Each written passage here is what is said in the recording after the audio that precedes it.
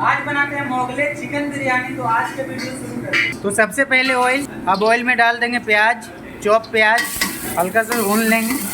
अब डालेंगे मसाला। तो सबसे पहले नमक, चुटकी भर हल्दी पाउडर, थोड़ा सा गरम मसाला पाउडर, थोड़ा सा बिरयानी मसाला, मिक्स करेंगे।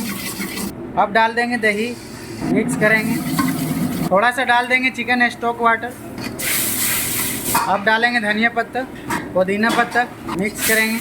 अब डाल देंगे चिकन। चिकन को हमने बॉईल करके फ्राई कर लिया है। एक पीस आलू डालेंगे, आलू को भी बॉईल करके फ्राई कर लिया था, मिक्स करेंगे। एक पीस अंडा डालेंगे, भून लेंगे।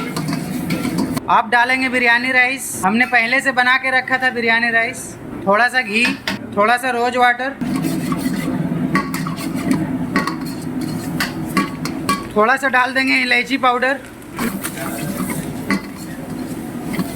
और हमारा बिरयानी डन हो चुका है।